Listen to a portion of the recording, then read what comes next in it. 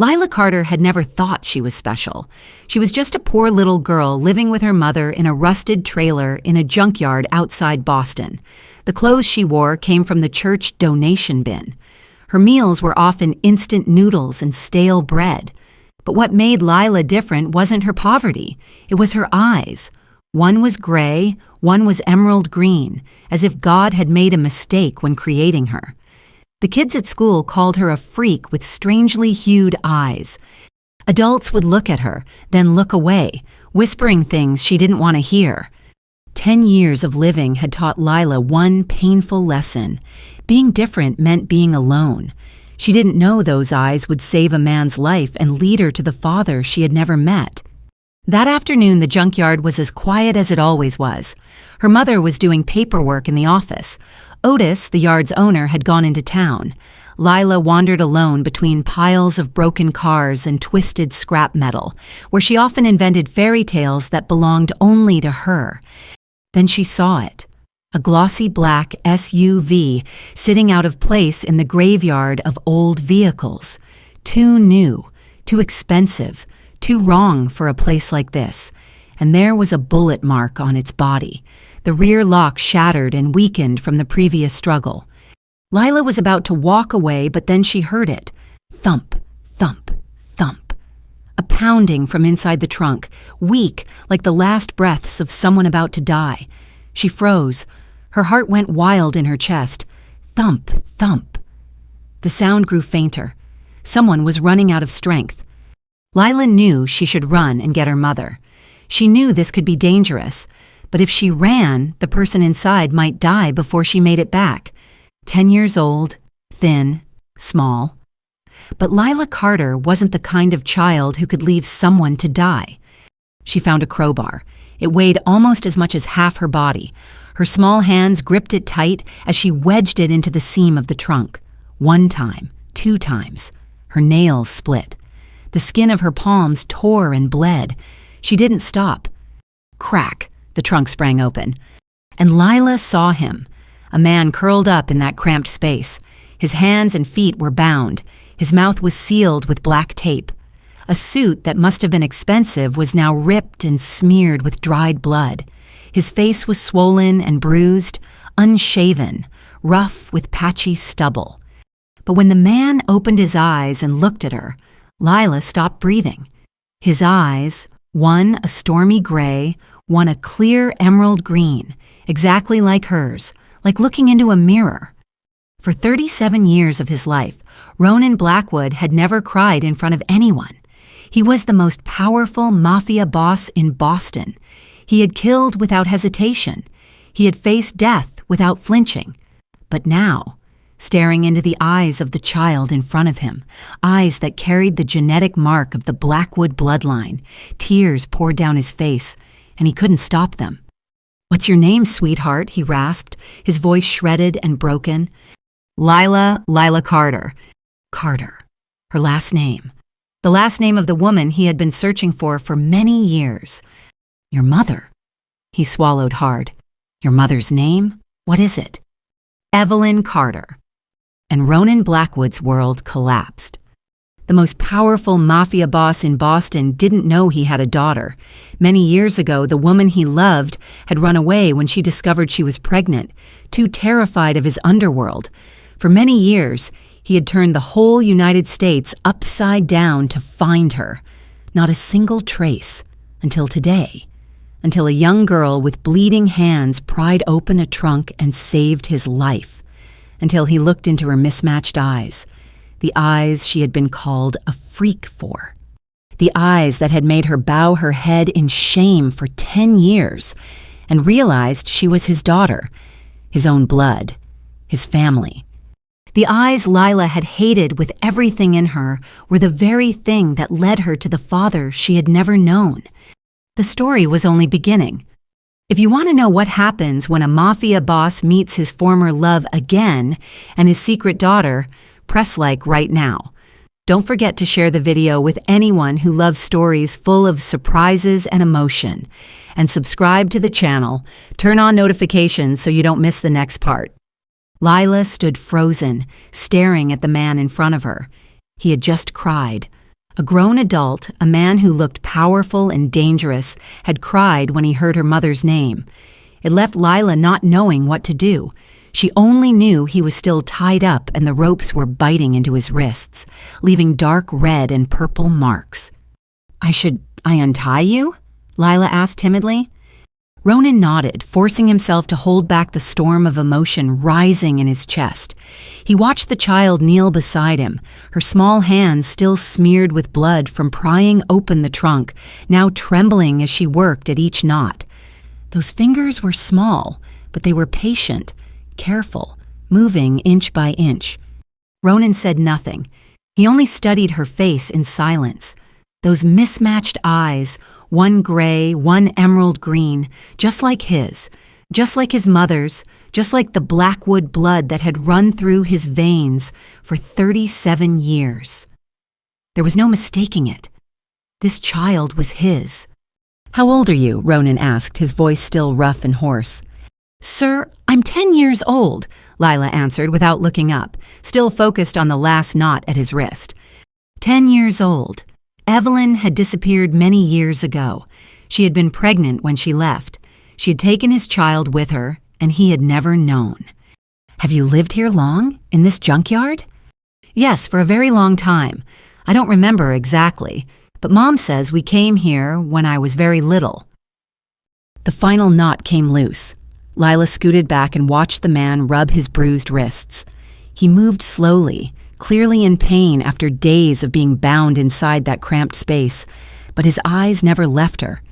"Where's your father?" The question broke out of him, sudden and sharp.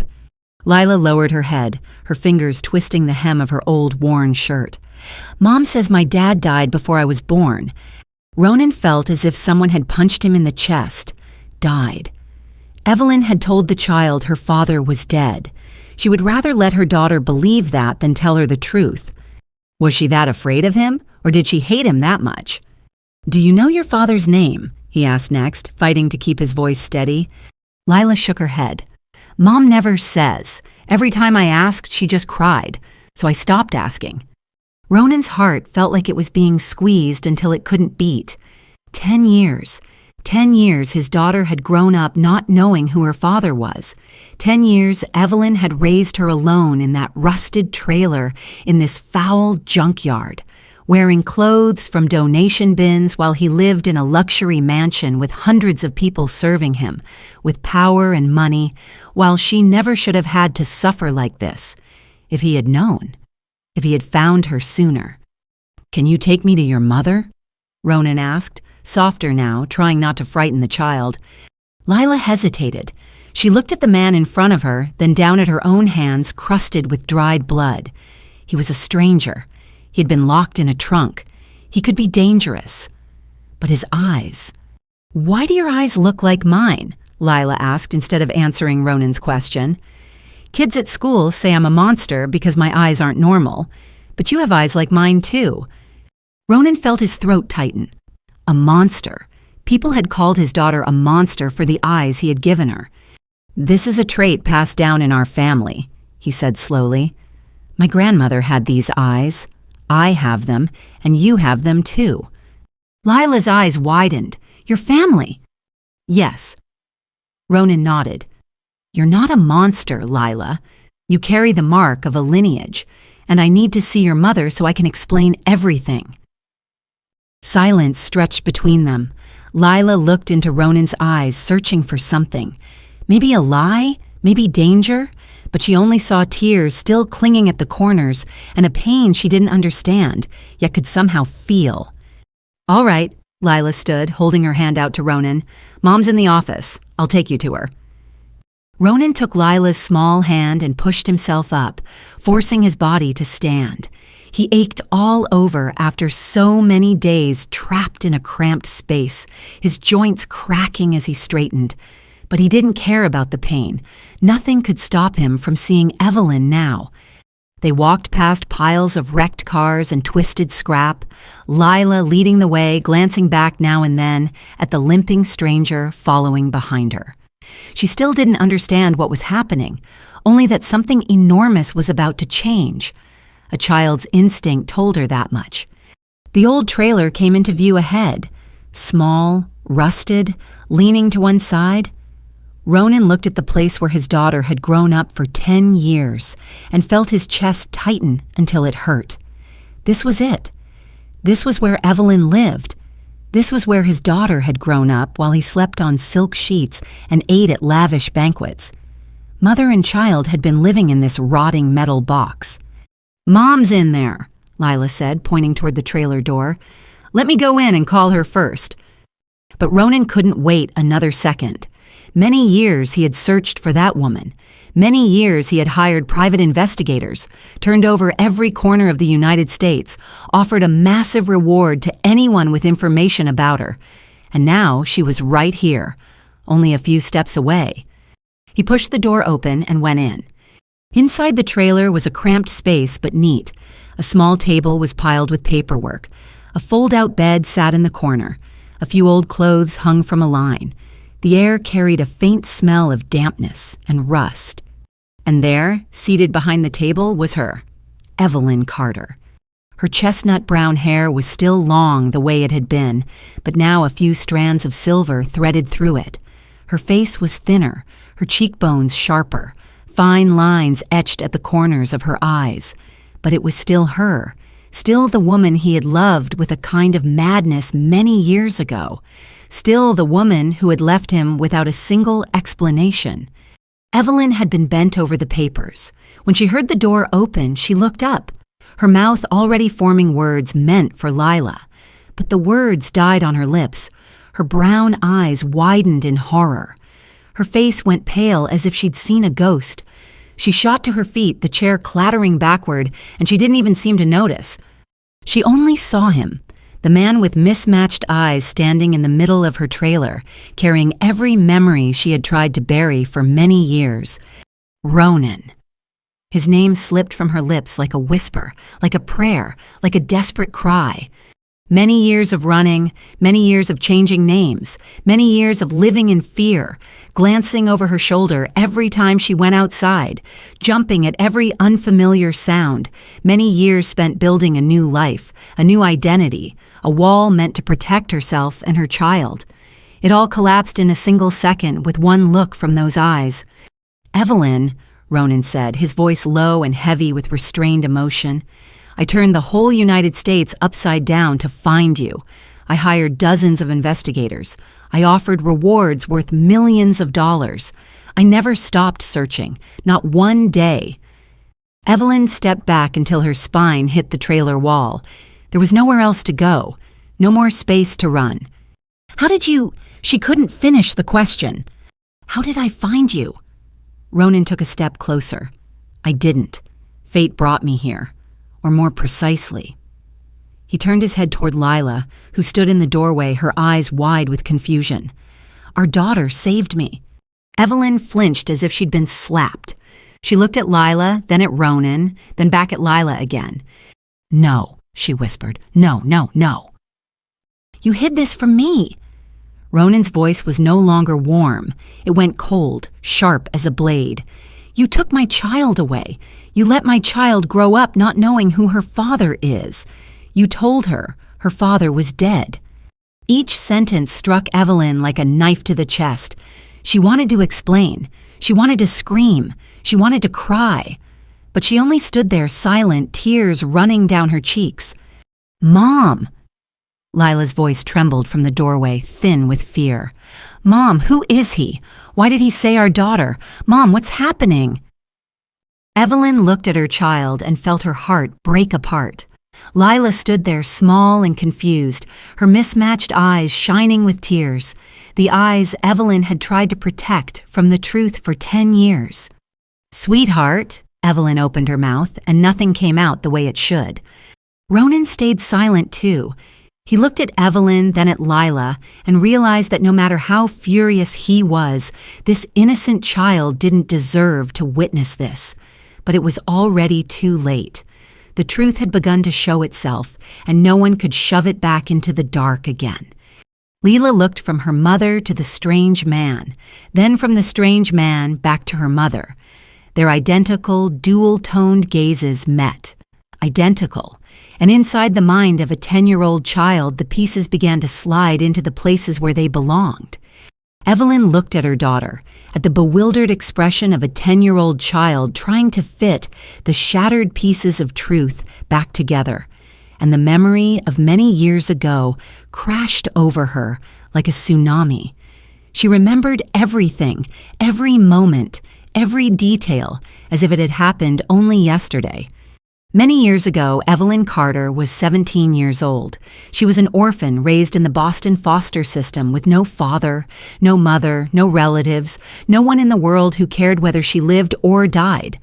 The day she turned 17, the system pushed her out with nothing but empty hands and a small bag holding a few sets of old clothes. She found a job as a waitress at an upscale restaurant in the heart of the city. The work was exhausting. The pay was miserable, but it was enough to rent a filthy room and eat 2 meals a day.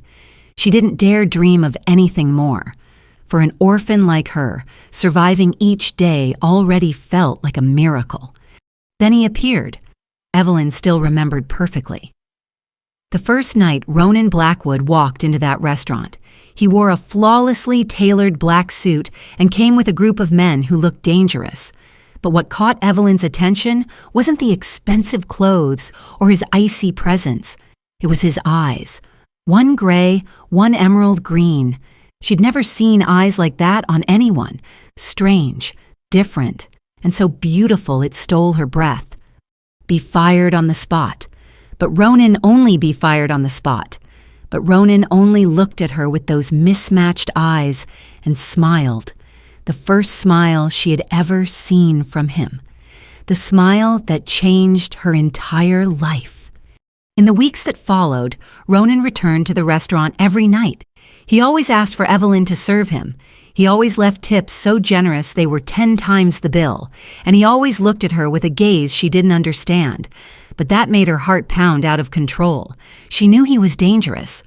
She heard the other servers whisper about him, about the Blackwood family, about the underground empire he ruled, but she was only 17, lonely, starving for love.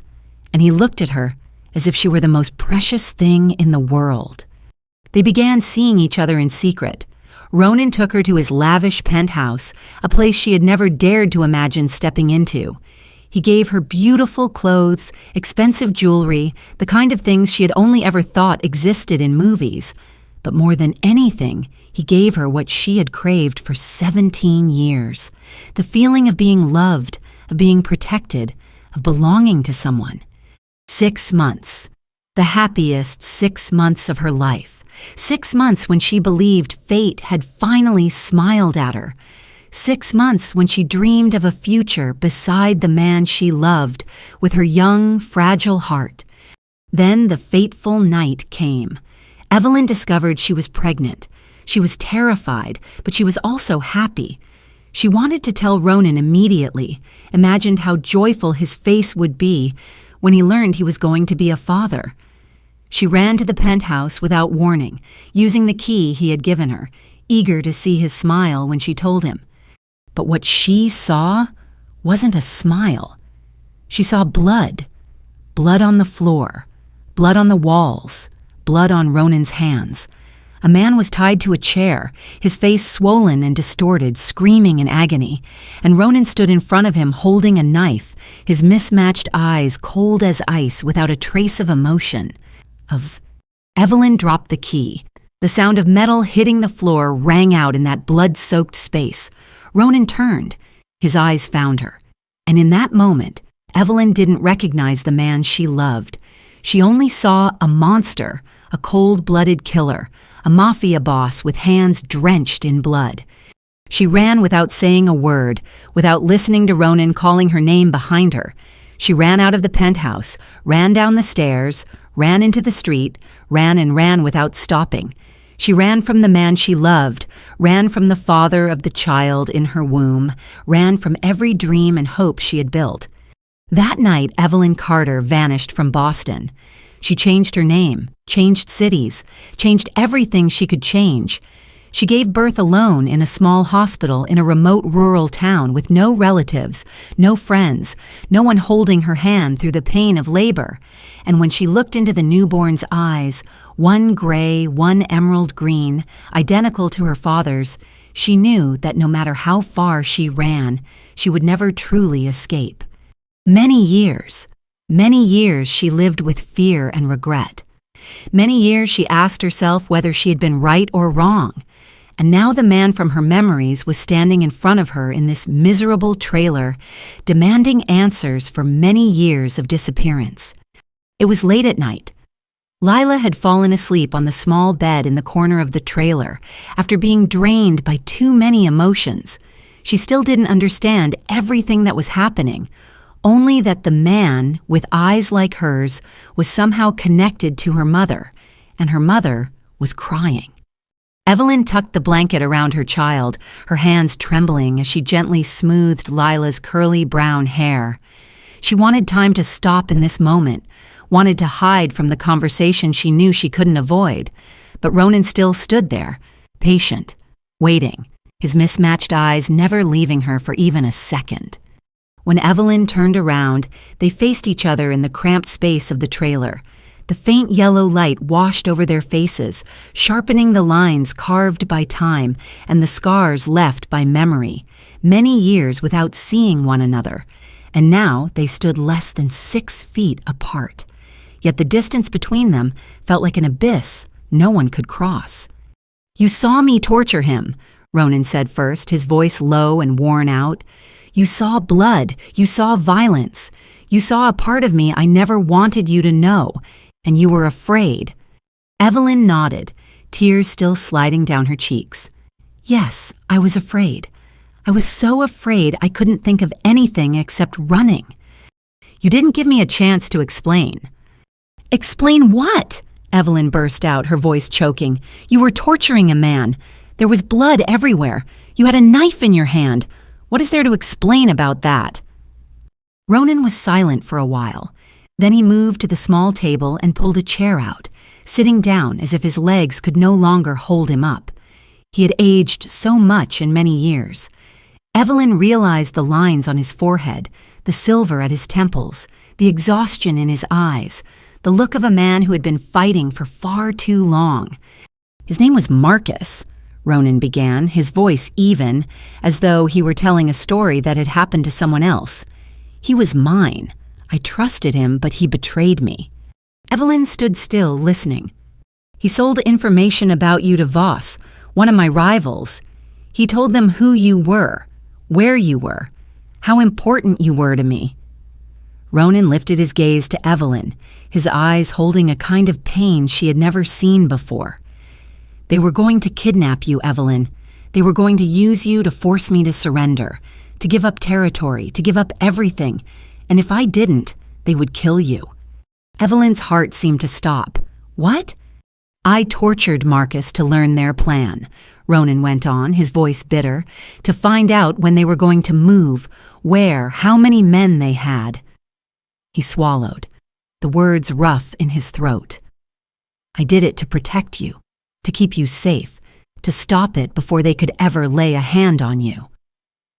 Evelyn stumbled back until her spine hit the trailer wall. She felt as if someone had punched her in the chest, leaving her unable to breathe. "But when I came back to tell you everything, you were already gone," Ronan said as he rose and walked toward her. "The apartment you rented was empty. Your number was dead. You vanished like you'd never existed." "You didn't," Evelyn stammered. "You never told me about those dangers, because I didn't want you to be afraid. I wanted to shield you from my world." Ronan stopped right in front of her, his mismatched eyes locked on hers. "But that was my greatest mistake. I should have told you the truth. Maybe then you wouldn't have run." Evelyn went still, as if her body had turned to stone. For many years, she had believed she'd seen the real Ronan that night. For many years, she had believed he was a monster without a heart. For many years, she had raised their child alone, living in poverty and fear because of a misunderstanding. "I was wrong," she whispered, her voice breaking apart. "Many years, I was completely wrong." Ronan said nothing. He only stood there, watching the woman he loved collapse in front of him, and he didn't know what he could possibly do to mend the wounds time and misunderstanding had carved into them. Evelyn's choked sobs filled the tiny trailer. She stood braced against the wall, both hands covering her face, her shoulders shaking in waves. Many years lived inside a misunderstanding. Many years in which she had stolen Ronan's right to be a father and stolen Lila's right to have one, all because she hadn't given him a chance to explain. Ronan stood there, not knowing what to do. He wanted to hold her, wanted to say everything would be all right, but he wasn't sure that would be true. Too much had happened. Too much time had passed.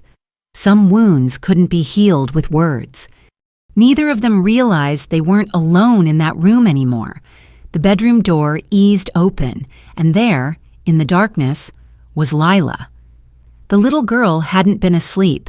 She couldn't sleep knowing her mother and the strange man were talking right outside. The trailer walls were too thin, and she heard every word, every breath, every tear. She heard it all about Marcus, about the kidnapping plot, about how Ronan had tortured him to protect her mother, about many years of searching, about the misunderstanding, and about the truth that the man with eyes like hers was her father. Mom said Dad was dead. Lila's voice burst out so suddenly that both Evelyn and Ronan jerked around. She stood in the doorway, her mismatched eyes swollen and red from crying, her small face twisted with fury and pain. Mom said he died before I was born. Mom said I didn't have a dad. For 10 years I asked about him and Mom said he was dead.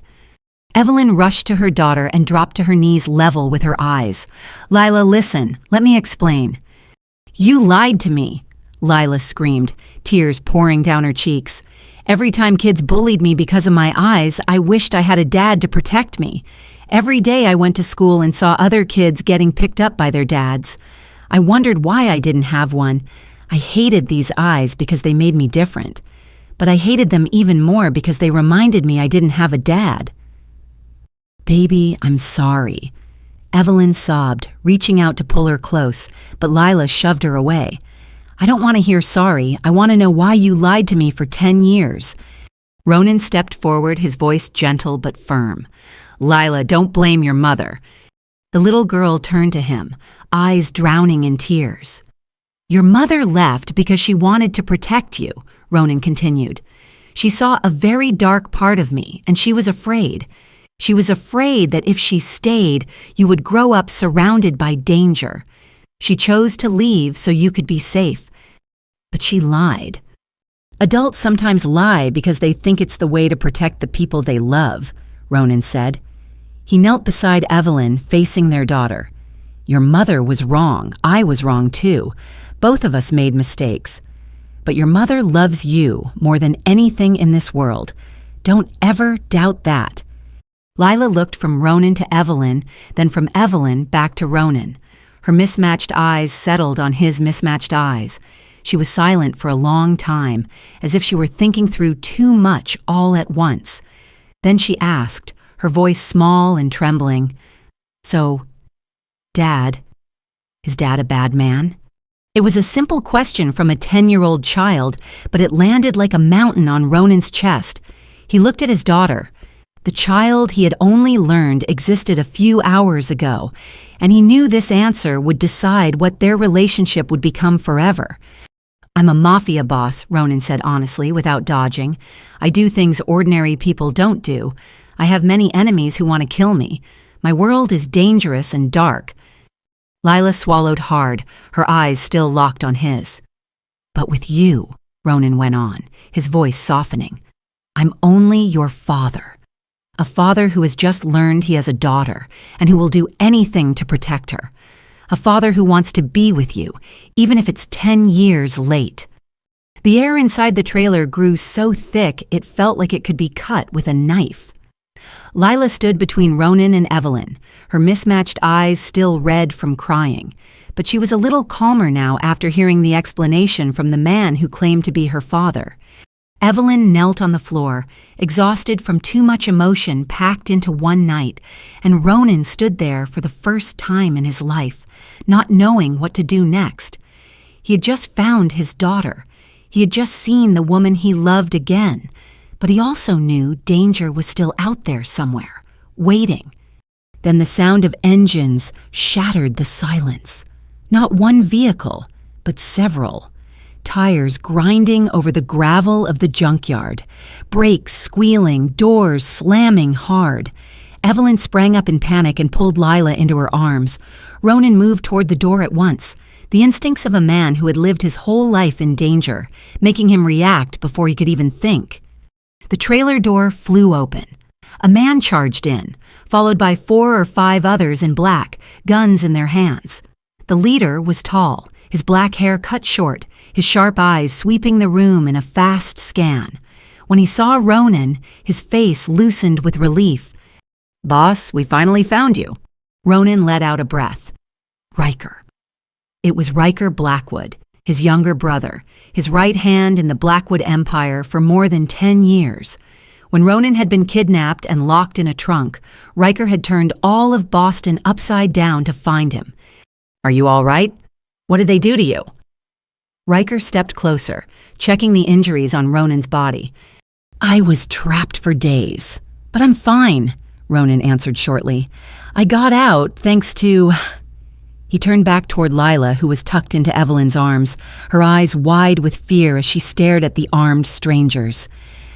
Riker followed his brother's gaze and went rigid, his eyes locked on Lila's face, on that unmistakable Blackwood gaze, just like his brother, just like Blackwood blood. "Those eyes," Riker whispered, his voice catching.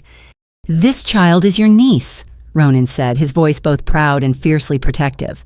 "My daughter, Lila." Riker stood frozen for a moment, then looked at the woman holding the child, Evelyn Carter. The woman his brother had searched for many years, the woman who had vanished without a trace and carried a secret no one had imagined.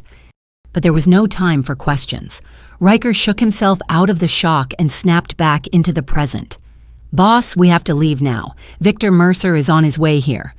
Ronan's heart clenched, as if someone had grabbed it in a fist. Victor Mercer, the traitor who had sold him to Voss, the man who had locked him in a trunk and planned to deliver him to his death. "He knows I'm here?" "He tracked the vehicle," Riker said quickly. "When he realized you got out, he went insane looking for you. We don't have more than a short while before he gets here." Ronan turned to Evelyn and Lila. The woman he loved was holding their child tight, her eyes wide with terror. She had spent many years running from his world, and now that world was chasing her all the way to her last hiding place. "We have to go," Ronan told Evelyn. "Go where?" Evelyn asked, her voice trembling. "To the Blackwood estate, the only place that's safe." "No." Evelyn shook her head violently. "I won't bring my child into your world. I ran for many years because of that world. Don't you understand?" Ronan stepped closer and gripped her shoulders. "They've seen Lila. They know she exists. A child with Blackwood eyes, the boss's daughter. You think they'll just let that go?" Evelyn trembled, tears rising again. "If they get Lila, they'll use her to force me. Or worse, they'll kill her to punish me," Ronan said, his voice painful but unshakable. "You can hate me. You can never forgive me. But please don't let our daughter die because you refuse to move." Evelyn looked into Ronan's eyes, then down at Lila. The child was shaking in her arms, those mismatched eyes full of fear as she looked up at her mother, begging for protection. Many years Evelyn had run to protect her, but now running again would get her killed. The rumble of engines sounded from far away, growing closer. Riker glanced out the window, his face tightening. "A truck, about 10 minutes. "Evelyn!" Ronan said her name, his voice urgent. "Please." Evelyn closed her eyes. Tears slid down her cheeks. Then she nodded. Everything happened fast, like a storm. Riker barked orders and the security team moved to prepare the vehicles. Ronan lifted Lila into his arms. The little girl was too terrified to protest, only wrapping her arms around his neck and holding on tight. Evelyn rushed into the back room and grabbed a few sets of clothes, shoving them into a bag. She looked around the trailer one last time. Many years of her life contained inside these 4 rusted walls. Poor but safe, miserable but home. Now she had to leave it all behind. "Move!" Riker shouted from outside. Evelyn ran out and climbed into the black SUV, waiting with its engine running. Ronan was already inside, Lila still in his arms. She had stopped crying, only staring at everything with wide, silent eyes. The vehicle tore into the night, leaving the trailer behind, leaving the junkyard behind, leaving many years of running behind. In the rearview mirror, Evelyn saw the glare of headlights from other vehicles entering the junkyard from the opposite direction. 1 minute later, and everything could have ended differently. The black SUV glided through the quiet streets of Boston at night, then turned onto a tree-lined road that climbed up a hill. Lila sat between Ronan and Evelyn, her mismatched eyes fixed on the car window, watching the streetlights slide past like faint, blurred streaks of light. She had stopped crying a long time ago. Now there was only exhaustion and a hazy curiosity about where they were going. When the vehicle stopped at a massive iron gate and eased forward as it opened, Lila's mouth fell open. The Blackwood estate rose in front of her like a castle from the fairy tale she used to read at her school library. A towering building with marble columns, tall windows glowing with warm yellow light, broad steps leading up to an intricately carved oak front door. The grounds spread wide with perfectly trimmed green lawns, rose bushes blooming along the walkway, and a stone fountain in the center sending up sparkling streams of water under the moon. Lila had never seen a place like this in her life. The trailer where she and her mother lived could fit into one small corner of this building. The clothes she had worn in her entire life put together probably weren't worth as much as a single vase in the entry hall. And this was where her father lived. This was the world she was supposed to belong to. Ronan led mother and daughter inside, past vast hallways with high ceilings, past rooms filled with antique furniture and expensive paintings, up a gleaming oak staircase. He stopped at a door on the second floor and pushed it open. "This is your room," he told Lila, his voice gentle. Lila stepped in and went still. The room was 3 times the size of the trailer she had lived in for 10 years. There was a huge bed with pastel pink sheets and piles of soft pillows.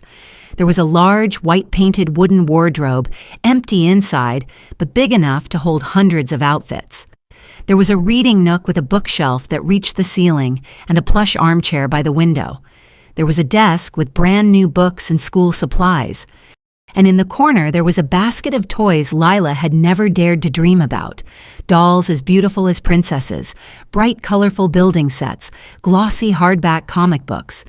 Lila walked to the bed and lifted a hand to touch the sheet. Soft, softer than anything she had ever touched. Then she touched the pillows, the quilt, the sheer white curtains at the window. Every movement was careful and gentle, as if she were afraid that if she touched too hard, it would all vanish like a dream. Ronan stood in the doorway watching his daughter. His heart tightened when he saw the way Lila touched everything with such wonder and gratitude. 10 years. 10 years his daughter had lived in a rusted trailer, wearing clothes from donation bins, eating simple meals, sleeping on a creaking bed under a thin blanket. 10 years without knowing luxury, without knowing the life she should have had if he had only known she existed. He had missed 10 years. The first 10 years of his daughter's life. Her first steps, her first words, her first day of school, birthdays, Christmases, every precious moment he could never get back. Evelyn stood beside Ronan, watching their daughter too. Inside her was a tangled storm of feelings. She was tense because this was the world she had run from for many years. She was afraid because she didn't know what the future would bring. She felt guilty because she had let her child grow up in poverty when Lila could have had all of this. But then Lila turned and looked at her mother, and the little girl smiled. Not the forced smile she usually gave when her mother asked if she was happy, not the sad smile she tried to hide when she was bullied at school, but a real smile lighting up her small face, making her striking eyes sparkle with joy. "Mom, I have my own room," Lila cried, her voice bright with happiness. "I've never had my own room." Evelyn felt tears rise and spill over. She nodded, unable to speak.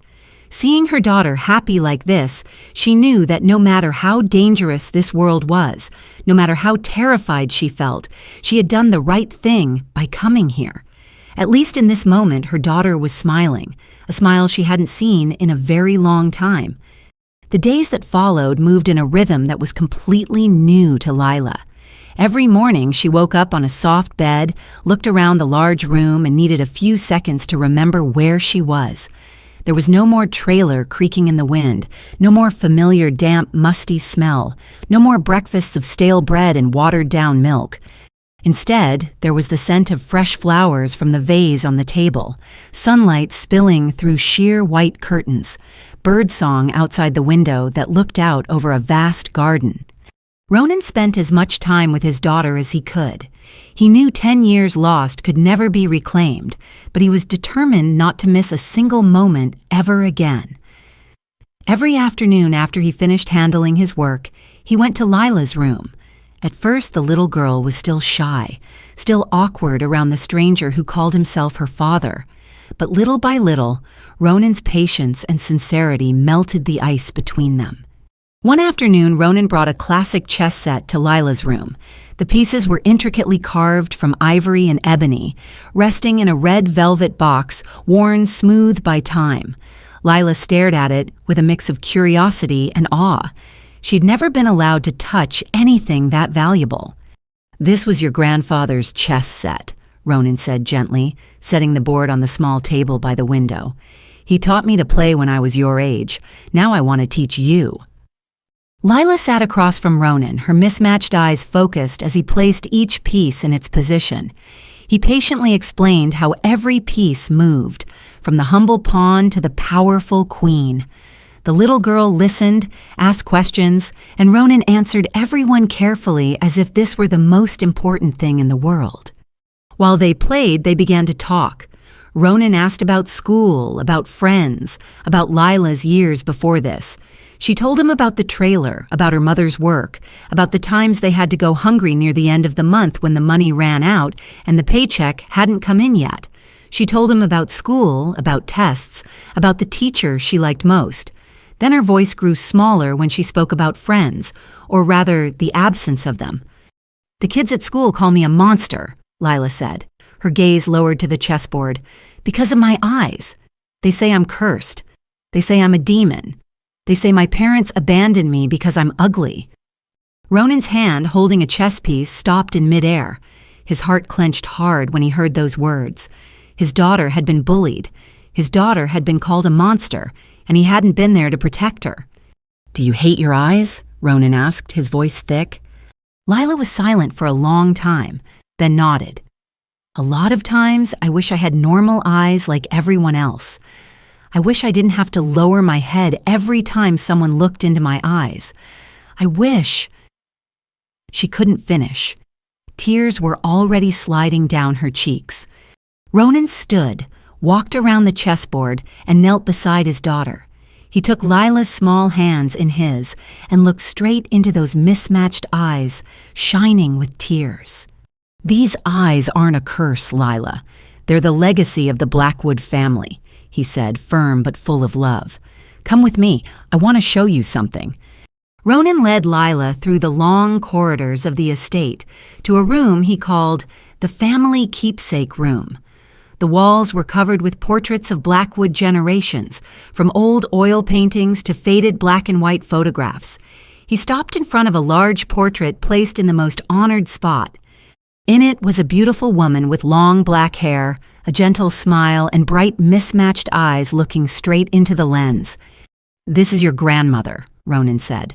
"Margaret Blackwood. She had eyes like yours and mine." Lila stared at the portrait, her eyes wide with wonder. The woman in the picture was stunning, and her mismatched eyes didn't make her less beautiful. If anything, they made her unforgettable, unique, magnetic. She was judged for them when she was a little girl, too, Ronan told her. People called her ugly names, but she never felt ashamed. She said, "These eyes were a gift from our ancestors, a mark that proved we were different, special." She turned that difference into her strength. Lila lifted a hand and gently touched the portrait, her small finger tracing the shape of her grandmother's eyes. "She's so beautiful," she whispered. "So are you," Ronan said, kneeling and lifting his daughter's chin so she would meet his gaze. "Don't ever let anyone tell you you're a monster. You are Lila Blackwood. You carry the blood of extraordinary people, and your eyes are proof of that." For the first time in her life, Lila looked into a mirror and didn't feel ashamed of her eyes. It was deep into the night, maybe already past the early hours. The Blackwood estate lay in silence, broken only by the soft wind moving through the trees outside and the steady ticking of the antique clock in the living room. Evelyn lay on the large bed in the room Ronan had arranged for her, eyes wide open as she stared at the ceiling. She couldn't sleep. Too much was spinning in her mind, too many memories, too many emotions, too many questions with no answers. In the end, she gave up, got up, slipped on a thin robe, and went downstairs to the kitchen, hoping a glass of warm water might help her rest.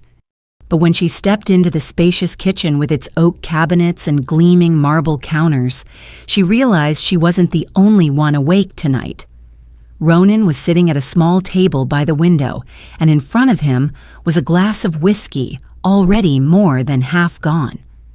Moonlight poured through the pane, sharpening the angles of his face, the lines cut by time, the scars left by life, and his mismatched eyes staring out into the dark.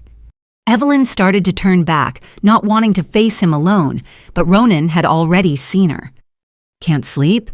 he asked, his voice low and tired. Evelyn stood there for a moment, then nodded.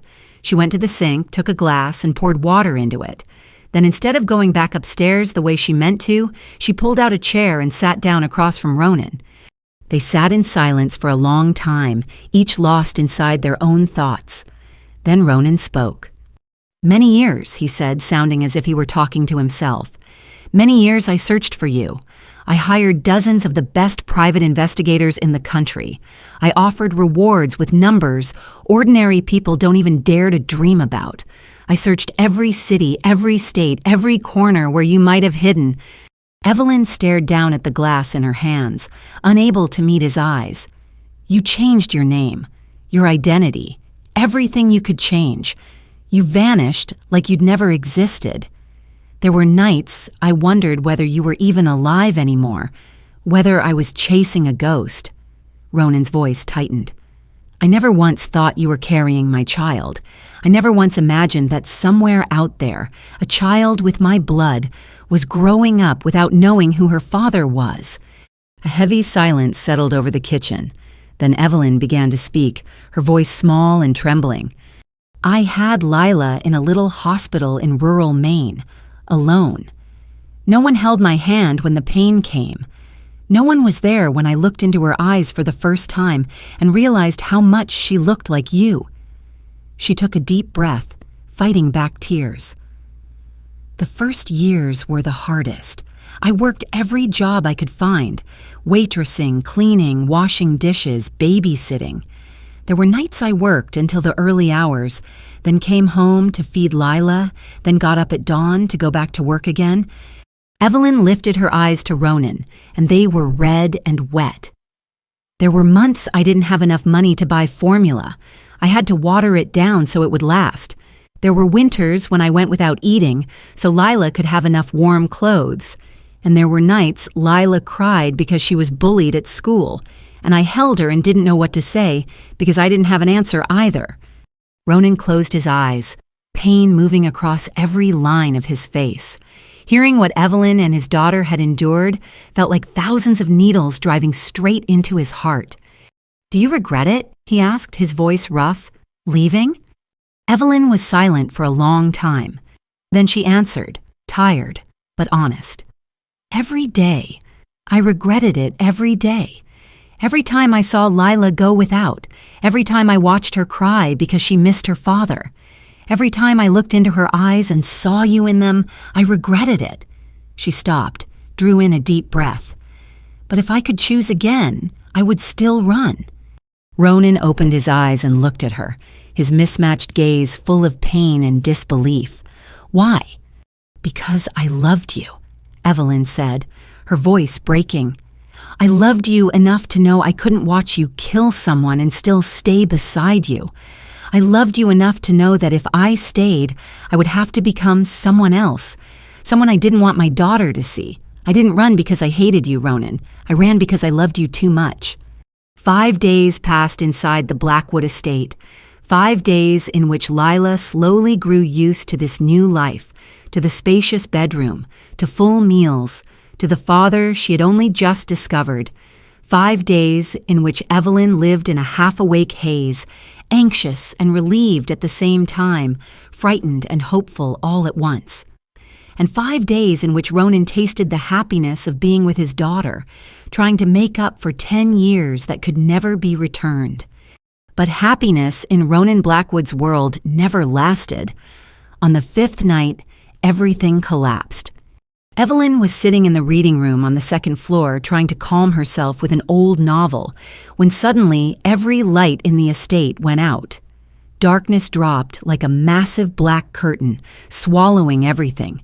She sprang to her feet, the book hitting the floor with a dry, sharp sound. Her heart slammed against her ribs. Then gunfire rang out. First a single shot, then a rapid series of explosions from downstairs and near the main gate. The guards shouted. Glass shattered. Footsteps pounded in chaos. Lila. That was the first and only thought in Evelyn's mind. Her daughter was in the bedroom at the end of the hall. She had to get there. She had to protect her. Evelyn bolted from the room, running through the thick darkness, one hand skimming the wall to keep her bearings. The gunfire kept cracking somewhere below. Closer now, louder, more frantic. She heard Ronan shouting orders to the guards, heard Riker yelling something back, then more shots. But she didn't care. She only needed to reach Lila. Her daughter's door appeared ahead. Evelyn shoved it open and rushed inside. Lila was curled up on the bed, her mismatched eyes wide with terror in the dark, both arms wrapped around a pillow as if it were the only thing that could protect her. "Mom," the little girl cried when she saw Evelyn. "What's happening, Mom? I'm scared." Evelyn ran to her and pulled Lila into her arms. "It's okay, sweetheart. I'm here. Follow me right now." She gripped her daughter's hand and pulled her off the bed and out of the room. She remembered Ronan had shown her a secret exit at the end of the hallway for emergencies. She had to get Lila there. Mother and daughter ran through the darkness, Lila's small footsteps slapping against the wooden floor. The gunfire continued, and now it had climbed to the 2nd floor. Evelyn heard heavy steps behind them, men shouting to one another, doors being kicked open too close. The secret exit was only a few yards away. Evelyn pushed faster, dragging Lila with her, but when they turned the corner, a large shadow stepped out and blocked the way. A harsh flashlight beam blasted straight into their faces, forcing Evelyn to squint. She pulled Lila tight against her and stumbled back. "Where do you think you're going in such a hurry, you two?" a man's voice said, cold and mocking. The flashlight lowered, and Evelyn saw the face of the one blocking their path. A middle-aged man with a long scar carved across his cheek, narrow eyes glittering with something animal. He held a gun pointed straight at them, and behind him were 3 or 4 more men, all armed. "Victor Mercer," Evelyn whispered, remembering the name Ronan and Riker had mentioned. "The traitor." "Oh, you know my name," Victor said, smiling, a smile that cut across his scarred face like a slash. "Looks like Blackwood told you about me. Good. Then you also know I'm not someone you should play with." He took a step closer, his gaze sliding off Evelyn and landing on Lila. The little girl was trembling behind her mother's arm, her mismatched eyes wide as she stared at the gun. "So, this is her," Victor said, his voice thick with delight. "The kid with Blackwood eyes. I heard about her, but seeing it with my own eyes, there's no mistaking it. Voss will pay a very high price for her head. Very, very high." Evelyn shoved Lila behind her, using her own body as a shield between her daughter and the gun. "Don't touch my child," she said, her voice shaking, forcing it to stay strong. Victor laughed loud. "What are you going to do? Block the bullet with your body? If you want to kill someone, kill me," Evelyn said, her voice strangely steady. "Let my child go. She's just a kid. She has nothing to do with your business." Victor tilted his head, studying her, his eyes appraising. Then he shook his head, the smile draining from his mouth, touching. "But I'm afraid that won't work." Victor took another step toward them, the gun still aimed straight at mother and child. Behind him, his men closed in, too, forming a ring with no way out. Evelyn felt her heart pounding so hard it seemed ready to burst through her ribs. She pressed Lila back against the wall, using her own body to shield her daughter inch by inch. "I need both of you," Victor said, his voice cold, as if he were talking about two lifeless objects. "The kid is a bargaining chip for Blackwood, and you're a little bonus prize. I hear Blackwood's been looking for you for many years. That means you must be worth a lot." He laughed, the triumphant laugh of a man who believed victory was already in his hands. And in that exact moment, while Victor was busy laughing and savoring the fear on Evelyn's face, he let his guard slip. Lila moved before Evelyn even realized what was happening. The 10-year-old girl with mismatched eyes, trembling behind her mother, suddenly surged forward and drove her small foot as hard as she could into Victor's shin. He never expected an attack from a child. For a split second, he lost his balance, pitching forward, the gun jerking off target. And Evelyn didn't waste that opening. The instinct of a mother protecting her child crushed every shred of fear. She lunged like an animal defending its young, both hands clamping onto the gun in Victor's grip, wrenching and fighting for it. Victor roared in fury, yanking back, trying to tear the weapon from her. He was stronger than she was by far. But Evelyn didn't let go. She bared her teeth, poured everything she had into it, her nails raking his hands, raking his face, ignoring the pain. They grappled in the darkness, slamming into the wall, crashing into furniture. Victor's men rushed forward but didn't dare fire for fear of hitting their boss. They tried to pry them apart, but Evelyn clung like something feral. Then a gunshot cracked. In the chaos, no one knew who pulled the trigger. Victor screamed and collapsed to the floor, his hand clamped over his right shoulder as blood poured out. The bullet had hit him. Evelyn stood there with the gun shaking in her hands, smoke still curling from the barrel. She had shot him. She didn't know how she had done it, didn't know where the courage came from, only that she was holding a gun now and the enemy was down. "You bitch!" Victor howled, his face twisted with pain and rage. "Kill her! Kill both of them!" His men jolted into motion and charged at Evelyn. She didn't have time to think. She spun, grabbed Lila's hand, and ran. Mother and daughter tore down the hallway, pounding footsteps chasing them from behind. Another shot rang out. A bullet whistled past Evelyn's ear and slammed into the wall. She didn't look back. She only ran with everything in her. A door appeared on the left. Evelyn shoved it open, dragged Lila inside, slammed it shut, and locked it. It was a small storage room packed with old things and miscellaneous tools. Thick darkness swallowed them. With only a faint smear of light slipping through a small, high window, Evelyn shoved a heavy cabinet in front of the door, then pulled Lila into the corner. They collapsed onto the floor, clinging to each other.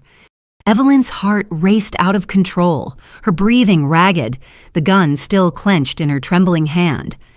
Lila wrapped her arms around her mother's neck, her mismatched eyes wide in the dark, her whole body shaking like a leaf. "Mom," Lila whispered, her voice raw with fear, "you were so brave, you saved me." Evelyn held her tighter, her lips pressed into Lila's hair. Tears slid down her cheeks, but she made no sound. She had to be strong. For Lila. "I'm only your mother," she whispered back, "and I will always protect you, no matter what I have to do." Outside, heavy footsteps grew closer. Closer still, men shouted to one another. Doors slammed, curses erupted. They were hunting them. Evelyn tightened her grip on the gun. She didn't know how many bullets were left. She didn't know where Ronan was. She didn't know how long they could hide. She only knew that if the door gave way, she would fight until her last breath to protect her child. The footsteps stopped right outside the storage room door. Evelyn tightened her grip on the gun and pushed Lila behind her. She heard someone grab the doorknob and yank hard, but the door didn't budge with the cabinet wedged in front of it. Then a heavy kick slammed into the wood. The door shuddered. A second kick. The hinges began to tremble. A third kick, the door burst open, the cabinet tipping sideways with a loud crash.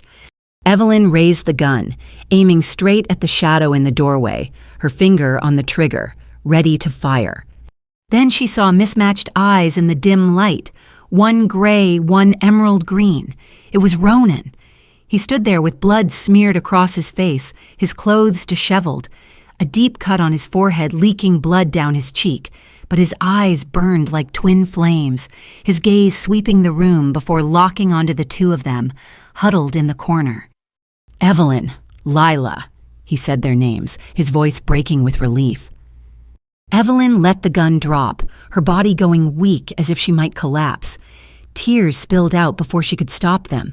She had been afraid, so afraid she thought her heart would quit beating. But now, he was here. He had come.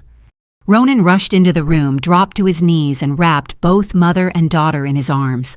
Lila sobbed, burying her face against his chest, her small hands clutching his shirt as if she were afraid he would disappear. Evelyn cried, too, her whole body trembling in his hold. They stayed like that for a while, 3 people holding on to one another in a cluttered storage room in the middle of a dark night filled with chaos outside. "Are you both all right?" Ronan asked, his voice rough. "Did they hurt you?" "We're okay," Evelyn said, fighting to steady herself. "Lila isn't hurt." Ronan exhaled hard with relief. He smoothed Lila's hair, then checked her carefully for any scrapes. When he was sure she was safe, he looked at Evelyn, his gaze dropping to the gun on the floor. "You shot Victor," he said, not as a question, but as a fact. "You protected her." Evelyn nodded, unable to speak. Ronan watched her for a long moment, and something shifted in his eyes. Maybe surprise, maybe respect, maybe both.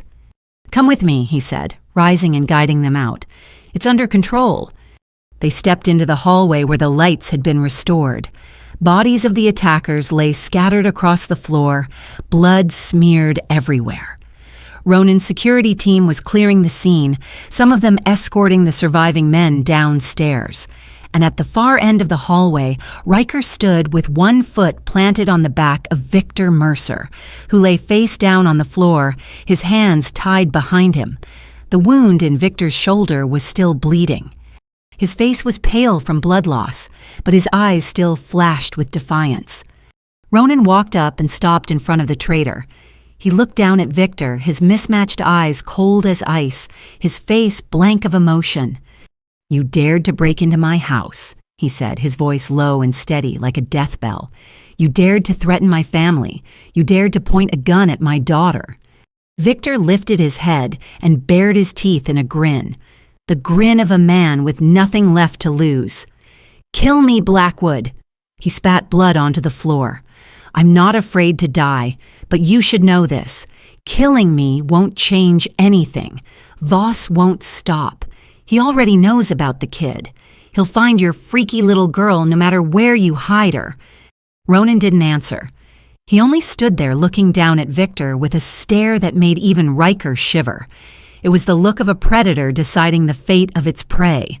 Cold, ruthless, without a shred of mercy.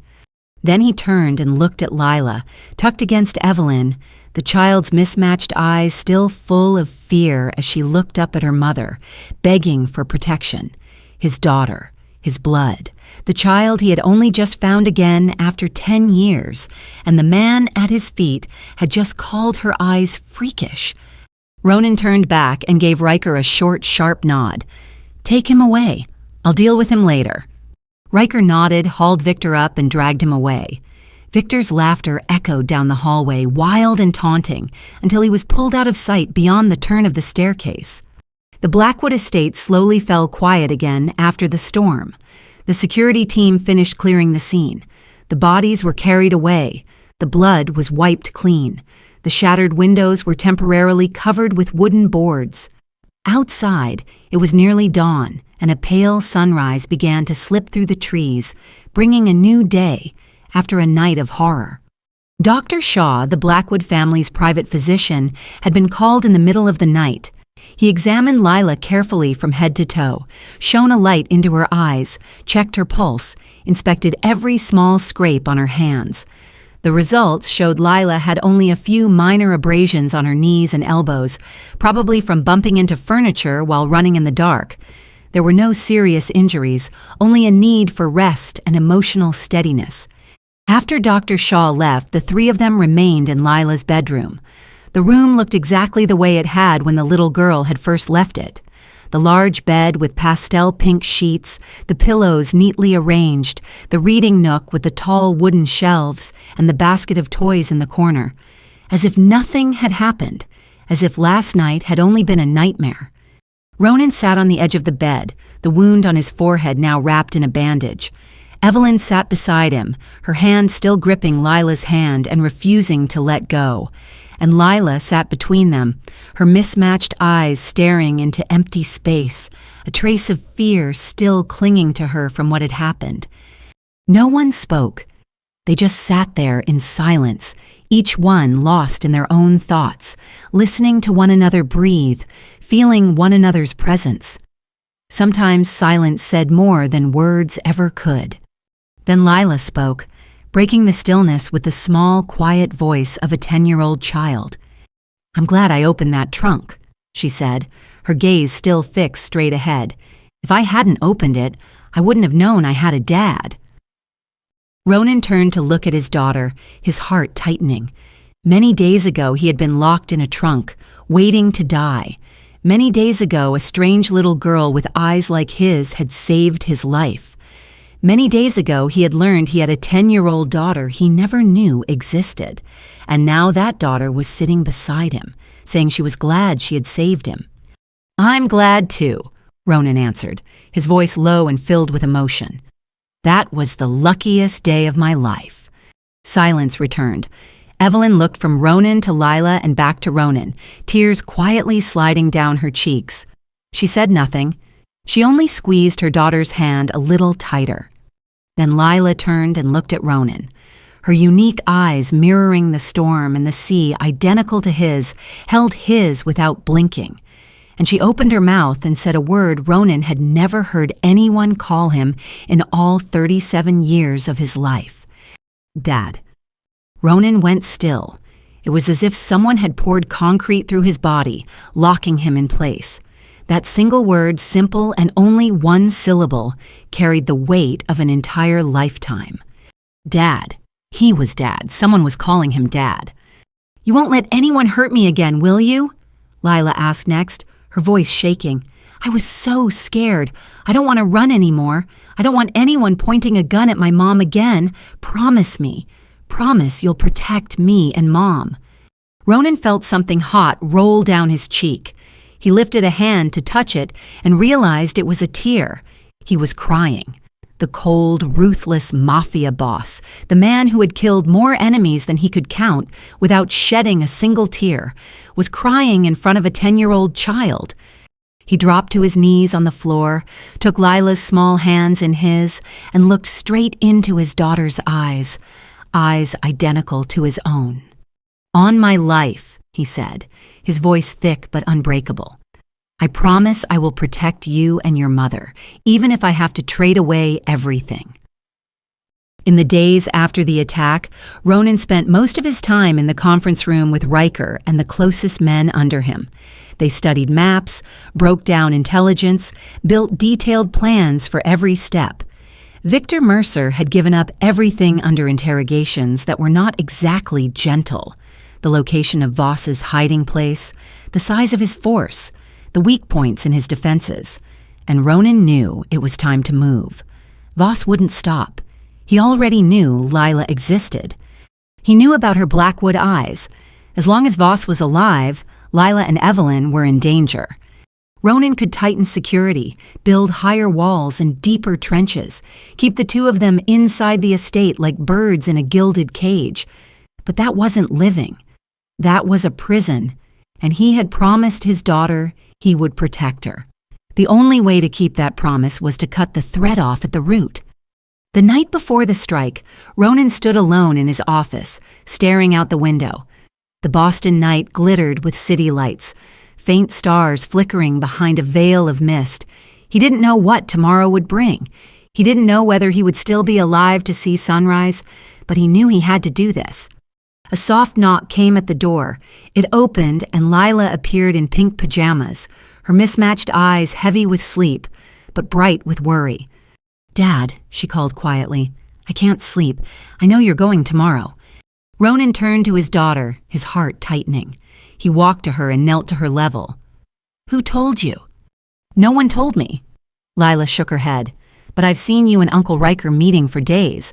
I've seen everyone preparing guns and ammo. I'm not stupid, Dad." Ronan gave a sad smile. His daughter was smarter and more perceptive than he had realized. 10 years of poverty had taught her how to watch and read a situation, a survival skill no child should have to learn. "I have to go," he said, taking her small hands in his. "There are bad people who want to hurt you and Mom. I have to go stop them so you and Mom can be safe forever." Lila was quiet for a moment, her mismatched eyes fixed on his. Then she asked, her voice trembling, "Could you die?" It was a simple question from a 10-year-old, but it landed like a mountain. Ronan wanted to lie, wanted to promise everything would be fine, wanted to soothe her with pretty words, but he looked into Lila's clear eyes and knew she deserved the truth. "I don't know," he answered honestly, "but I'll do everything I can to come back to you." Lila broke down crying and threw her arms around him, her small hands locked around his neck, gripping as if she feared that if she let go, he would vanish. "Promise me," she sobbed. "Promise you'll come back. I just found you. I don't want to lose you." Ronan held his daughter close, feeling her tears soak through his shirt. "I promise I'll try with everything I have," he whispered against her ear. "I promise." He kissed Lila's forehead and kept her in his arms for a long moment. Then he gently loosened her grip and looked into her tear-filled eyes. "Now go back to bed. Tomorrow when you wake up, everything will be all right." Lila nodded and turned to go, but at the door she stopped and looked back at Ronan one last time.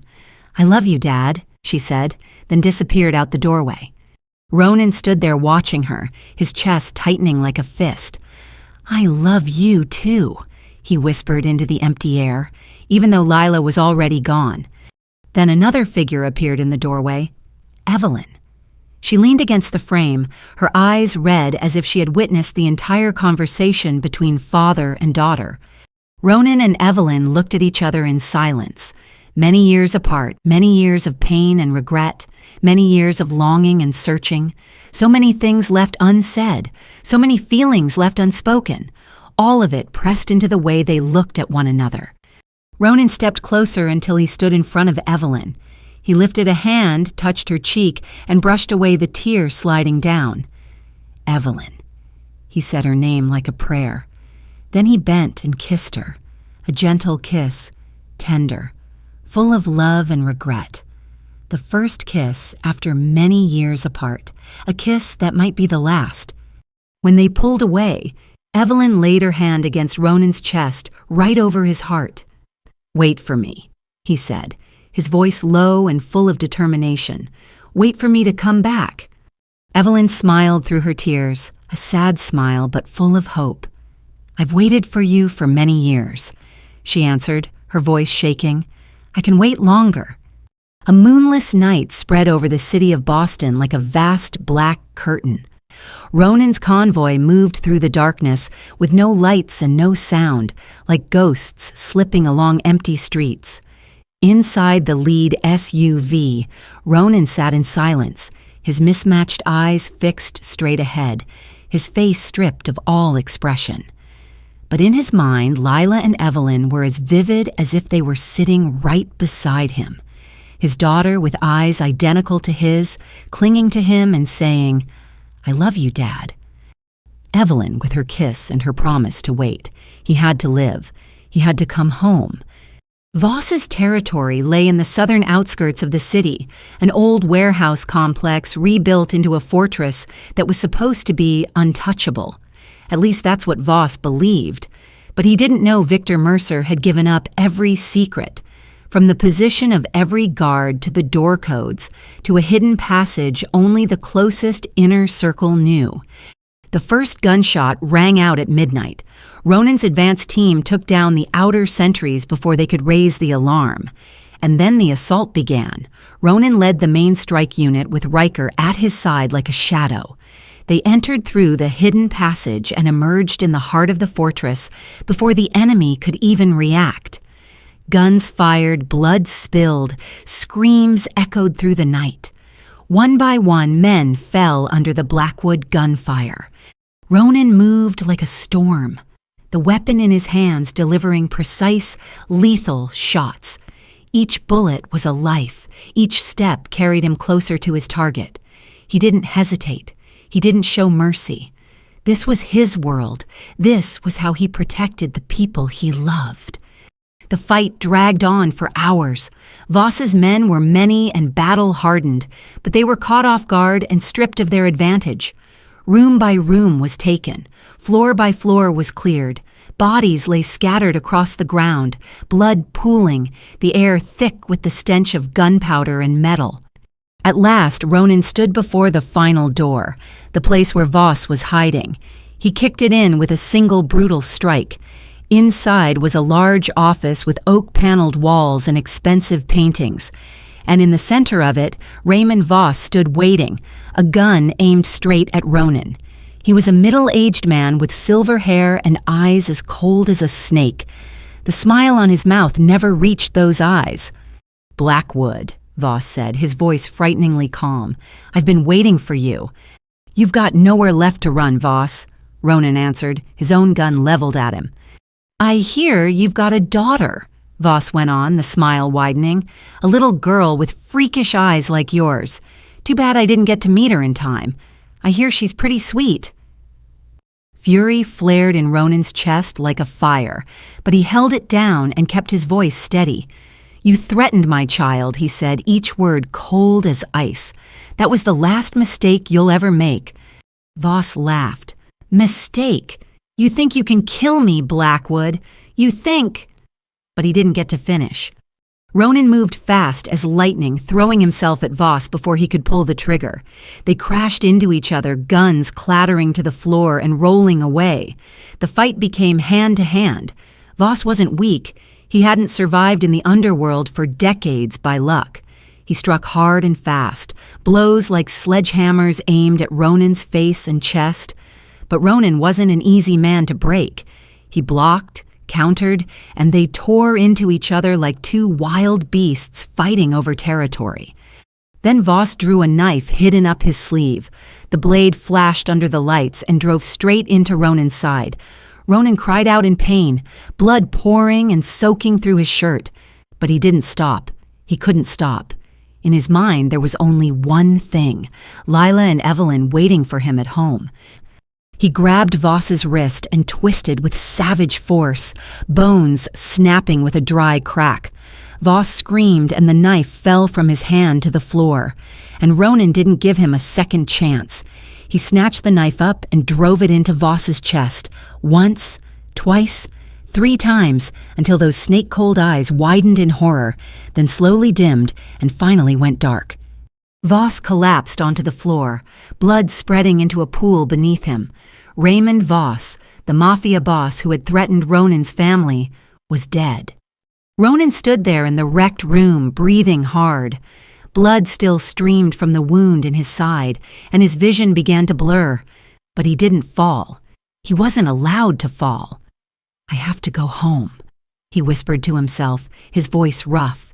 Then he turned and walked out of the blood-soaked room, leaving behind the body of his enemy and a war that was finally over. The longest night of Evelyn's life crawled by as slowly as water dripping from a broken faucet, and she sat in the Blackwood Estate's living room with Lila curled up on the sofa beside her, those mismatched eyes wide, locked on the front door, and neither of them slept. Neither of them could sleep because every small sound made them flinch. The wind brushing the windows, a branch tapping the glass, the footsteps of guards patrolling outside, and Evelyn's heart would hammer at every noise, then sink again when she realized it wasn't the sound of a car coming home. While Lila held her mother's hand in a tight grip, her small palm icy and trembling, saying nothing, only waiting, her eyes never leaving the door for even a second, because this was the father she had only just found after 10 years. The father she had only just called Dad for the first time in her life, and she couldn't lose him. She couldn't. Then the sky began to lighten, a pale dawn slipping through the curtains and painting the room in a soft orange wash. And Evelyn looked out the window and watched the darkness turn to gray, the gray to pink. A new day beginning, but Ronan still hadn't returned. Until the sound of an engine rose from far away and drew closer, closer, and Evelyn's heart leapt into her throat as she sprang up, Lila jumping down from the sofa too, and they ran to the door, the familiar black SUV, stopping at the main gate. The door opening, Riker stepping out first, his face grave, his clothes smeared with blood and dust, exhaustion carved into every line, and he came inside and saw Evelyn and Lila standing there with eyes full of worry and hope. And he began, his voice low and rough. And Evelyn's heart stopped. No, no, please don't. She couldn't breathe, couldn't think, could only stand there and wait for the next words from Riker's mouth, words that could shatter her whole world. And then another figure appeared behind Riker, Ronan, limping, one hand clamped over his side where a hurried white bandage was already soaked through with blood, his face pale like a man who'd lost too much, dark bruised shadows under those mismatched eyes, his clothes torn and stained with blood, dirt, and the sharp stink of gunpowder. But he was alive. He was standing there looking at them, breathing. And Lila screamed, "Dad!" and flew at him like an arrow, crashing into Ronan with all the strength a 10-year-old could throw into a hug, her arms locking around him, her face pressed to his chest as she sobbed, and Ronan staggered from the impact, pain flaring in his side, but he didn't care. He dropped to his knees and held his daughter tight, his face buried in Lila's curly brown hair as he breathed in her familiar scent, whispering with a broken voice, I'm home, sweetheart. I kept my promise." And Evelyn stood there for a moment with tears pouring down her cheeks without even realizing it.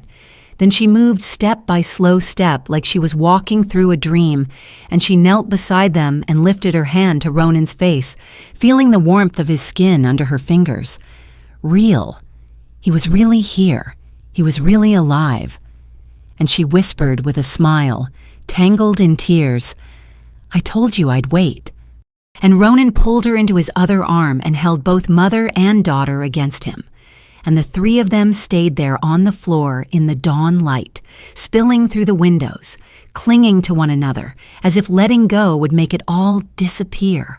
A family reunited. The storm passed, and at last, after so many years, they had found each other. 6 months had passed since that fateful night. 6 months since Voss went down, and the last threat was finally removed. 6 months of healing, of change, of a kind of happiness none of the three of them had ever dared to dream of. And the Blackwood estate was no longer a cold fortress with grim guards patrolling every corner. It had become a real home, with Lila's laughter echoing through the halls, with the rich smell of breakfast drifting from the kitchen every morning, with warm lights glowing in every room each night. And Lila began attending a prestigious private school in Boston in the 2nd month after everything settled. And at first she was anxious, afraid that in this new school she would be bullied the way she had been before, afraid the other kids would call her a monster because of her mismatched eyes. But to her surprise, no one did. partly because in this school differences were respected instead of mocked, and partly because Lila no longer lowered her head in shame whenever someone looked into her eyes, because she had learned from her father, from the photographs of her grandmother Margaret, that these eyes were not a curse, but a legacy. And when she held her head high and met people's gaze with confidence, no one dared call her a monster anymore. And Lila began to make friends. For the first time in her life, she had kids her own age to laugh with, to share with, to walk to school with and come home with. And her classmates were fascinated by her eyes, saying they were beautiful and unique, that she looked like a character stepped out of a fairy tale. And Lila laughed, a bright, shining laugh Evelyn had never truly seen during the 10 years she had raised her alone. And Lila also discovered she had a gift for drawing. And Ronan hired a private art teacher for her, a well-known retired painter who agreed to come to the estate 3 days a week. And she said Lila had real talent, the kind of rare talent money couldn't buy. And Lila's drawings began appearing all over the estate, from simple sketches of flowers and leaves to vivid portraits of her parents and of her grandmother, Margaret, a woman Lila had only ever seen in photographs. And Evelyn changed too, because after many nights of thinking and long conversations with Ronan, she decided to open a small cafe in the heart of the city, a dream she had never dared to have during many years of struggling, just to pay rent and keep food on the table for her child. And Ronan offered to invest, but Evelyn refused. She wanted to do it herself with her own strength. And in the end, they compromised. Ronan loaned her the money and she would pay him back over time. And the cafe was named Lila after their daughter. It opened in the 4th month and quickly became a favorite spot for people in the area because of its cozy atmosphere and the pastries Evelyn baked with her own hands. And then Lila's 11th birthday arrived, the first birthday she had had since she found her father, the first in the new home, the first where she could invite friends to celebrate. And Evelyn and Ronan prepared a big party in the garden with colorful balloons, with a happy birthday banner, with a 3-tier cake decorated with purple iris flowers. The flower that carried her name, and Lila's friends from school came, and Otis Donovan, her former junkyard boss, was invited too. And he brought a giant teddy bear as a gift, and laughter rang across the garden. Music played bright and lively. Children ran and shouted and played, and Lila had never been so happy. And when it was time to open presents, Ronan handed his daughter a carved oak box, and Lila opened it and found a brown leather photo album inside. And she turned the pages, her mismatched eyes widening in wonder, because there were photographs of her grandmother, Margaret Blackwood, from when she was a young woman with bright, mismatched eyes to when she became a poised and beautiful lady. And there were photographs of Ronan as a little boy sitting in her lap, their eyes matching perfectly. And on the last page of the album, there was a handwritten letter in black ink on ivory paper, and Lila read every word, her lips trembling. Dear Lila, my beloved daughter, I lost the first 10 years of your life, and I can't get those years back, but I promise I will be with you through all the years that remain. Your eyes, the eyes people once called freakish, are the most precious legacy the Blackwood family has passed down to you. They are strength, proof that you belong to this family, that you belong to me. Never be ashamed of them. Be proud the way your grandmother was proud, the way I am always proud of you. I love you today, tomorrow, and forever, your father. And Lila lifted her gaze to Ronan, her mismatched eyes full of tears. And then she threw her arms around him and cried into his shoulder. I love you, Dad, she said, her voice breaking. I love you so much. The night after Lila's birthday, the Blackwood estate sank into a rare kind of peace. The party was over. The guests had gone home, and the 11-year-old girl with mismatched eyes was sleeping soundly in her room. After a long day filled with joy and emotion, her grandmother Margaret's photo album lay neatly on the bedside table, where Lila could see it first thing every morning when she woke. Ronan and Evelyn stood on the second-floor balcony, looking out at the city of Boston, glittering with lights in the dark. A gentle autumn wind moved over them, carrying a hint of chill and the faint fragrance of the last season's flowers in the garden. They stood side by side in silence, shoulder to shoulder, watching a view they had both once believed they would never share again. Many years apart, many years of pain and searching. And now they were here together with their daughter, sleeping peacefully down the hall. Ronan turned to look at Evelyn. Moonlight fell across her face, highlighting the soft lines he had loved many years ago and still loved now. She had changed so much, no longer the innocent 17-year-old girl, but a grown woman, strong and beautiful in a different way. But in his eyes, she was still his Evelyn always. He slid a hand into his jacket pocket and took out a small black velvet box. Evelyn saw it and stopped breathing, her eyes widening. Ronan opened the box. Inside was a ring set with an emerald that caught the moonlight and flashed. The green of the stone was the same green as Lila's eye, as his own, as Blackwood blood.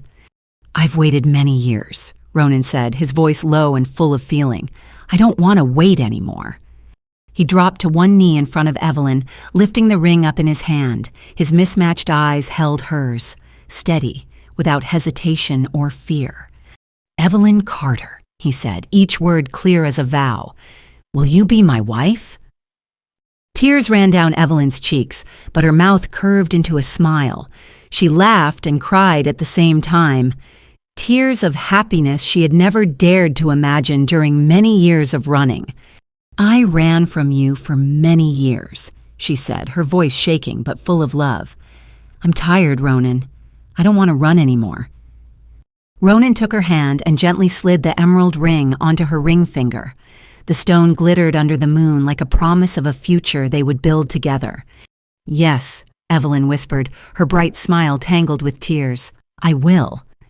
Ronan rose, pulled her into his arms, and kissed her under the Boston moon. Behind them, in the warm room down the hall, Lila slept with a smile on her lips, not knowing her little family was about to become more complete than ever. 8 years later, Boston summer blazed with golden sunlight and rows of lush green trees swayed gently in the warm breeze. The grand hall of the Boston Academy of Art was packed. Hundreds of faces turned toward the stage where a young woman of 18 was stepping up to the podium. Lila Blackwood stood there in a black graduation gown and a traditional square cap, her long curly brown hair spilling over her shoulders, her face glowing with pride, and her eyes, those heterochromatic eyes, one gray like a sky before a storm and one clear emerald green, shimmered under the stage lights. She was the valedictorian of this year's graduating class in the arts program, and today she would deliver the address on behalf of all the students. Lila looked down at the seats below where her family was sitting. Ronan Blackwood, now 45, with threads of gray at his temples. But those mismatched eyes, still as sharp as ever, watched her with a look full of pride. Beside him sat Evelyn, now Evelyn Blackwood, a beautiful and happy woman of 36, smiling through her tears. And sitting in Ronan's lap was a 5-year-old boy with black hair and mismatched eyes, just like his father and his sister, waving excitedly when he saw Lila on the stage. Noah Blackwood, her little brother, living proof that her parents' love had survived many years apart and every storm that tried to tear them down. Lila drew a deep breath, then began her speech. "When I was 10 years old, I thought I was a monster," she said, her voice carrying through the silent hall. "Kids at school called me a freak-eyed monster. They said I was cursed. They said my parents abandoned me because I was ugly. I hated my eyes. I wished I could change them, that I could be normal like everyone else." She paused, her mismatched gaze steady on the audience. "Then one day I found a man in the trunk of a car. He was tied up, injured, almost dying. I was a thin 10-year-old kid living in a rusted trailer at a junkyard. but I used my small hands to pry that trunk open. And when that man opened his eyes and looked at me, he didn't look at me the way people looked at a monster. He looked at me the way you look at a miracle. Then he cried. Tears began to roll down Lila's cheeks, but she didn't wipe them away. That man had eyes just like mine, one gray, one green. And it turned out he was my father. The man I had never met. The man who searched for my mother for many years without knowing he had a daughter growing up somewhere out there. Lila looked down at Ronan, the man quietly wiping away tears while trying to stay strong. The eyes I once hated with everything in me, the eyes people called freakish, were the very thing that brought me home. They were proof of where I belonged, proof of whose child I was. They were the legacy of my family, passed from my grandmother through my father to me, and now to my little brother. She smiled at Noah, sitting in Ronan's lap. Today, standing here as valedictorian, I want to share with you a lesson it took me 10 years to understand. Sometimes what feels like a curse is actually your greatest blessing. Sometimes the thing that makes us different is the very thing that makes us valuable. And family isn't the place you're born. Family is the place you're loved, accepted, and always able to return to. Lila lifted her chin, her mismatched eyes shining with pride and happiness. I am Lila Blackwood. I have mismatched eyes, and I'm proud of that. The entire hall rose to its feet. Applause thundered, rolling on for minutes without stopping. Ronan stood too, holding Noah in one arm and gripping Evelyn's hand with the other. The three of them looking up at the stage, where the girl with mismatched eyes was smiling brightly. 8 years earlier, a 10-year-old child with bleeding hands had pried open a trunk and found her father. And today, that same girl, now 18, stood at the peak of triumph, surrounded by a loving family with a wide, open future in front of her. Sometimes the greatest miracles begin in the most unexpected places. And sometimes, the one who saves us is a child with mismatched eyes and a brave heart. Today's story closes with a deep lesson about family love, about self-acceptance, and about turning what seems like a flaw into strength. Life sometimes places us in difficult circumstances, but those very circumstances can lead us to the most miraculous things. If this story touched your heart, please subscribe to our channel and click the notification bell so you won't miss our exciting videos every day. Don't forget to hit the like button and share this video with the people you love. We'd truly love to hear how this story made you feel. Have you ever felt different and isolated? Have you ever found the place where you truly belong? Share your thoughts in the comments below. We always want to hear the stories that come from the deepest parts of your heart. Thank you for taking the time to watch today's video. We wish all of you good health, a joyful life, and peace in every single day. Goodbye, and we'll see you again in the next video.